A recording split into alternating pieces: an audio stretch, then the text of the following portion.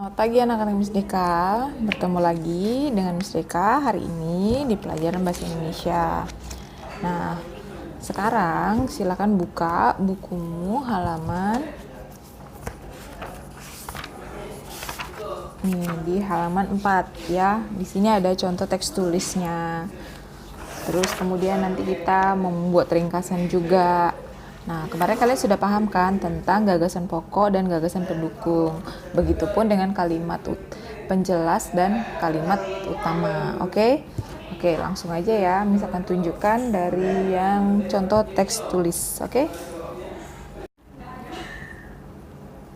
Nah, di sini ada contoh teks tulis. Bisa bacakan ya contoh teks tulisnya. Liburan tahun ini menjadi liburan yang paling menyenangkan bagi Tasya. Saat liburan sekolah, ayah dan ibu mengajak Tasya berlibur ke Pulau Bali. Tasya belum pernah ke Bali sebelumnya. Liburan ini merupakan pengalaman pertama Tasya berkunjung ke Bali. Nah, gagasan pokok dari teks ini adalah liburan tahun ini menjadi liburan yang paling menyenangkan bagi Tasya. Atau bisa kalian simpulkan menjadi gagasan pokok yaitu apa? Liburan menyenangkan Tasya tahun ini. Nah, bisa juga disimpulkan seperti itu pakai bahasa kalian sendiri. Oke. Nah, kenapa ini jadi gagasan pokok? Ini diperkuat dengan adanya kalimat penjelas atau gagasan pendukung di kalimat selanjutnya, yaitu saat liburan sekolah, ayah dan ibu mengajak Tasya berlibur ke Pulau Bali. Nah, kemudian lanjut lagi, Tasya belum pernah ke Bali sebelumnya. 2 ya.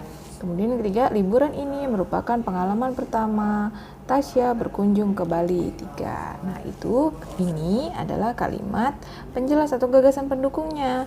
Kalau yang di depan ini tadi adalah gagasan pokok atau kalimat utamanya. Oke? Kita lanjut lagi ke teks berikutnya. Nah, contoh teks tulis selanjutnya, kalau tadi berupa teks, sekarang ini berupa kayak percakapan seperti itu ya. Miss bacakan. Bayu, kamu baru kembali dari Jogja ya? Iya, aku tiba di Jakarta tadi pagi. Kenapa, Ajeng? Aku sangat suka pergi ke daerah untuk wisata kuliner. Aku ingin tahu apa saja makanan khas yang ada di sana. Di Yogyakarta ada banyak makanan khas. Akan tetapi, gudeg adalah makanan yang paling terkenal. Kota Jogja juga sering disebut sebagai kota gudeg. Kamu sudah pernah mencobanya? Sudah. Apalagi ya makanan khas di sana, Bayu? Aku ingin tahu.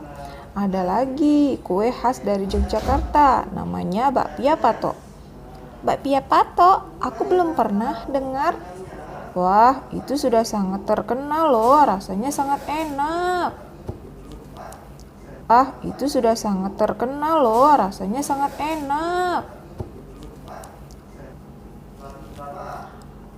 Aduh, aku jadi penasaran, aku ingin sekali mencobanya.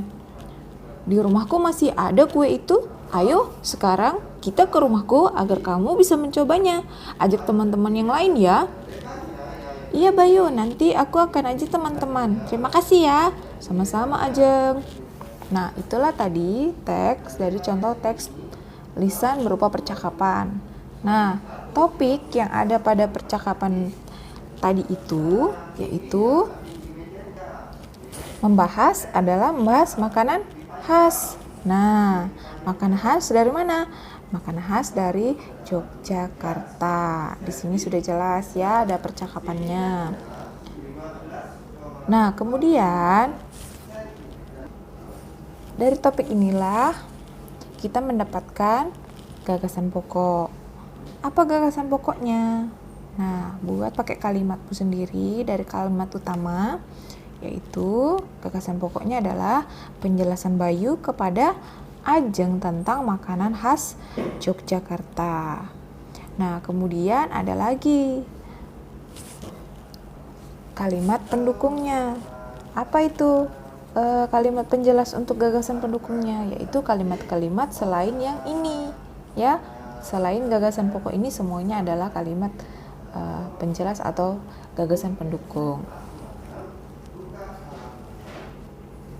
Nah, sementara itu dalam kedua teks tersebut telah dibuktikan bahwa antara gagasan pokok yang tadi dengan dengan gagasan pendukung memiliki keterhubungan satu sama lain. Nah, keterhubungan antar gagasan akan membuat teks menjadi satu padu. Oke, sampai sini anak murid Miss paham. Kita next ya. Nah, di sini juga ada kuis. Nah, kuis ini untuk kalian ya. Oke, Miss bacakan sedikit. Bacalah teks berikut dengan cermat, kemudian temukan gagasan pokok dan gagasan pendukung pada setiap paragrafnya. Di sini ada, ini namanya paragraf 1 ya nak ya. Dari sini sampai sini, ini paragraf 1. Ini sampai sini, paragraf 2. Kelihatan nggak ya? Kelihatan lah ya.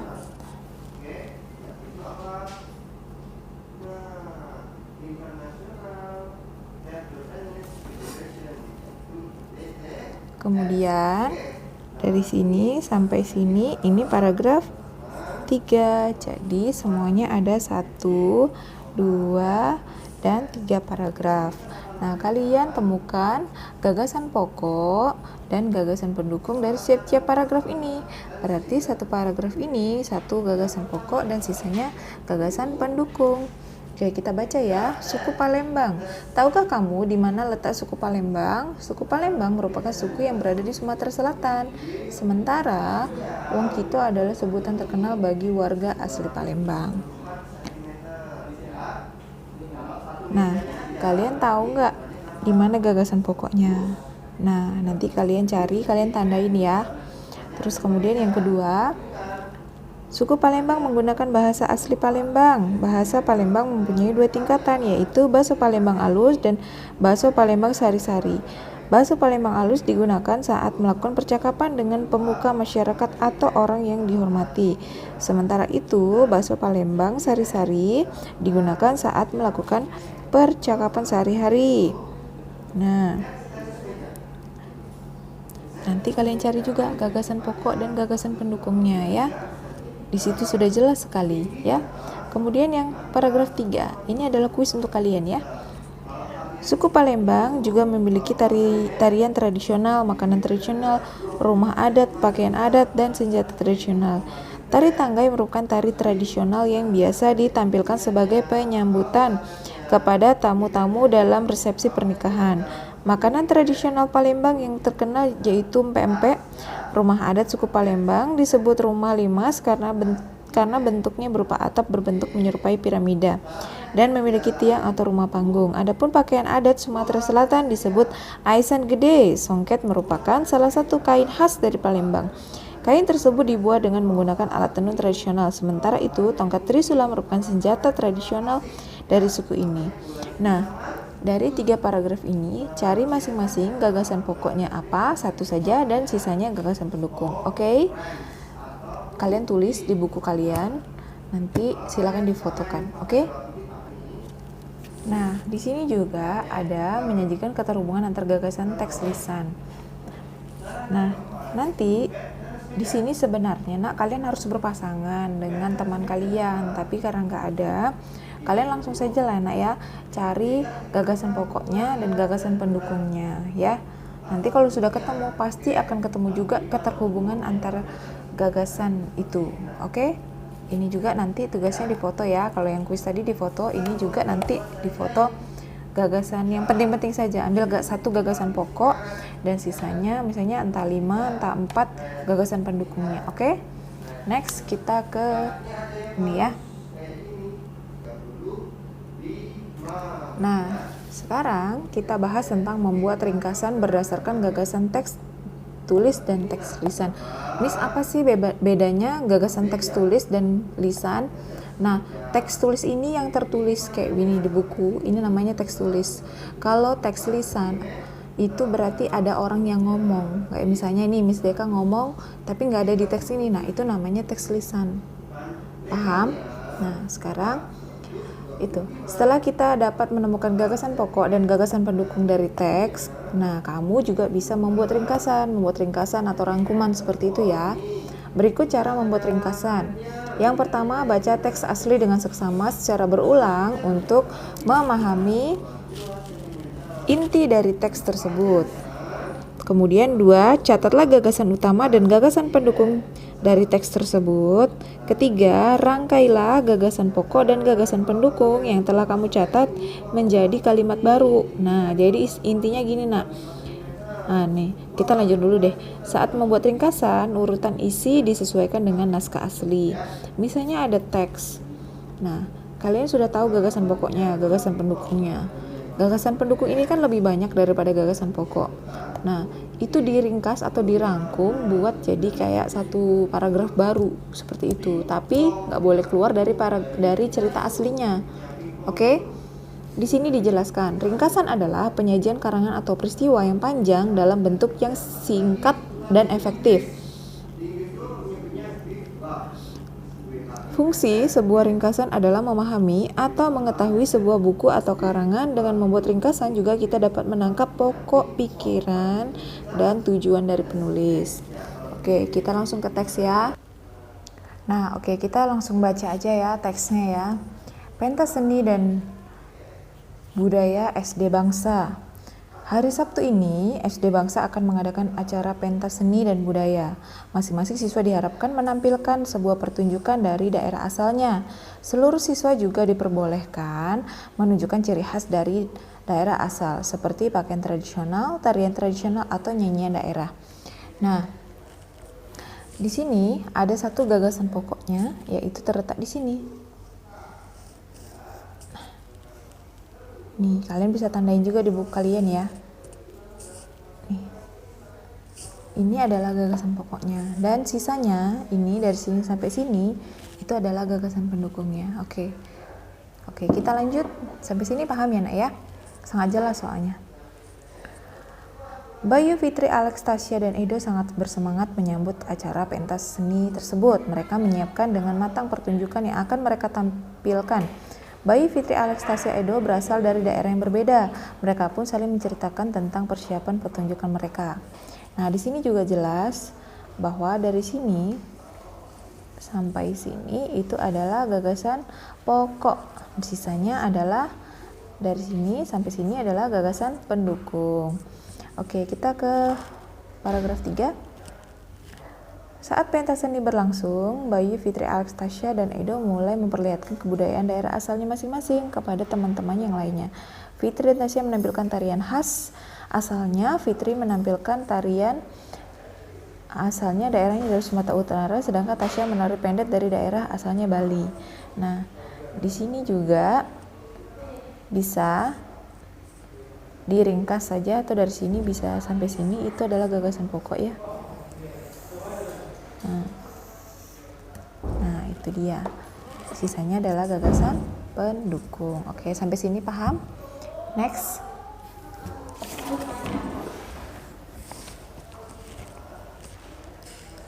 Bayu dan Alex menunjukkan pakaian adat dari daerah asalnya, yaitu Yogyakarta dan Makassar. Sementara itu, Edo menampilkan pertunjukan berupa lagu daerah. Edo menyanyikan lagu dari daerah asalnya, yaitu Papua. Semua siswa tampak antusias dalam menampilkan kebudayaan daerah asalnya. Mereka bangga menjadi anak Indonesia. Nah, ini nak, tadi lanjutan dari teks ini. Jadi, ini masih gagasan pendukung dari paragraf ketiga tadi, oke? Nah, kalau sudah, nanti misalkan kasih tugas, tapi terakhir saja ya ini. Nah, ini tugasnya nanti ya. Nanti kalian bisa lihat di buku kalian. Oke, misalkan lanjut. Kita ke bagian C, mencermati gagasan teks visual. Nah, silahkan perhatikan gambar ini. Nah, apa sih Miss gagasan teks visual? Teks visual itu seperti apa sih Miss? Nah, teks visual Itu merupakan teks yang cara penyampaiannya kepada orang lain menggunakan media yang dapat dilihat oleh indera penglihatan atau mata kita. Misalnya gambar, ya, foto, lukisan misalnya, mungkin video. Nah, itu termasuk ke dalam media atau visual, ya, media visual seperti itu. Makanya dari gambar ini coba apa yang kamu pikirkan? Pasti kamu sudah bisa tebak kan, misalnya ini sedang menyapu sampah, memungut sampah, menyapu daun, membuang sampah, ya kan, ini mengangkut sampah gitu, ya kan. Semua ini sudah ada penjelasannya tanpa kita tahu teksnya. Nah, setelah mengamati gambar dengan seksama, kamu dapat mencatat hal-hal berikut. Nah, 1. Topik apa yang diangkat dari gambar tersebut? Apa topiknya? Yaitu apa? Bisa juga kita bilang ini adalah gotong royong, kerja bakti, atau membersihkan taman bersama dengan teman-teman, seperti itu. Apa yang diceritakan gambar tersebut? Yang diceritakan yang kalian ceritakan. Ini apa? Misalnya Tasya sedang menyapu, misalnya seperti itu, dan teman-teman yang lain sedang apa, itu. Nah, terus kemudian 3, peristiwa apa saja yang mendukung alasanmu? Kan di sini bisa dilihat peristiwanya apa saja, ya, sesuai dengan yang kita lihat, ceritakan di situ, tuliskan di sini. Dari hal-hal yang telah kamu catat tadi, kamu dapat menemukan gagasan pokok. Misalnya, beberapa anak dari berbagai suku bangsa mengikuti kerja bakti untuk membersihkan jalanan. Sesuai kan, Nak? Nah, jika kamu sudah menemukan pokok pikiran dari gambar tersebut, kamu dapat merangkai gagasan lainnya mendukung gagasan pokokmu. Sekarang perhatikan contoh berikut. Nah, ini dia. Ini adalah contoh dari teks visual tadi. Ini teksnya. Beberapa anak, kamu rangkai sendiri pakai bahasamu ya, Nak, ya. Sesuai dengan apa yang kamu lihat. Beberapa anak dari berbagai suku bangsa mengikuti kerja bakti untuk membersihkan jalanan atau jalan. Sampai sini yang warna hijau ini adalah gagasan pokok. Nah, sisanya, meskipun mereka berasal dari daerah yang berbeda atau misalnya suku yang berbeda, misalnya seperti itu, mereka tetap bekerja dengan sukacita. Perbedaan suku, agama, warna kulit tak jadi masalah bagi mereka. Mereka tetap saling membantu satu sama lain. Yang warna oranye ini adalah gagasan pendukungnya atau yang mendukung dari gagasan pokok. Oke. Sampai sini paham kan? Kita next ya. Sekarang kita ke bagian D, menata informasi dalam bentuk peta pikiran atau mind mapping. Kita kan tadi sudah belajar tuh tentang teks lisan, teks tulis, terus kemudian teks visual. Nah, sekarang kita belajar membuat peta pikiran dari gagasan pokok dan gagasan pendukung. Nah, di sini ada contoh. Contoh ini dari teks suku Palembang halaman 5. Coba kita lihat ya. Nah, ini kan merupakan tugas kalian tadi kan, Nak. Disuruh cari kalian kan satu-satu kan, gagasan pokoknya sama gagasan pendukungnya. Nah, masing-masing ini. Nah, sekarang lihat di sini. Nah, ini adalah merupakan jawaban dari tugas kalian tadi. Nah, di sini ada suku Palembang. Dah, taruh aja di sini suku Palembangnya. Kemudian di sini sebagai gagasan pokok, dan ini semuanya ini merupakan gagasan pendukungnya. Misalnya, provinsinya dari Sumatera Selatan. Suku adatnya Wong Kito. Makanan tradisionalnya empek-empek. bahasanya adalah ada 2 tingkatan, bakso Palembang sari-sari dan bakso Palembang alus misalnya. Kemudian pakaian adatnya adalah aisan geri songket. Senjata tradisionalnya adalah tongkat trisula. Tariannya adalah tanggai. Rumahnya adalah rumah limas. Seperti itu. Nah, ini kita buat biasa cantik seperti itu. Nah, kemudian ini bisa juga kalian misalnya mau buat dari suku kalian sendiri. Saya sukunya Melayu nih. Saya tulis di sini, saya gambarlah diri saya menggunakan pakaian adat Kepulauan Riau misalnya, kayak gitu kan. Provinsinya dari Kepulauan Riau. Sukunya apa? Melayu misalnya. Makanan tradisionalnya apa? Dari sini. Kayak misalnya apa ya kalau dari sini ya? Roti jala misalnya. Kemudian bahasanya apa? Oh, bahasanya Melayu. Misalnya pakaian adatnya apa? Misalnya oh, baju kurung. Misalnya senjata tradisionalnya apa? Tarinya apa? Misalnya kayak gitu. Kalian bisa buat sendiri begitu. Atau suku kalian Jawa, itu lebih mudah lagi, bisa buat sendiri ya. Oke, kalau nggak tahu, misalnya nggak tahu nih sub-subnya seperti ini apanya, penjelasannya kalian bisa cari di internet kalian. Oke, sampai sini paham kan bedanya nak ya? Nah, tadi ada 3 yang kita pelajari. Mencari gagasan pokok ini bisa kita dari teks lisan dulu.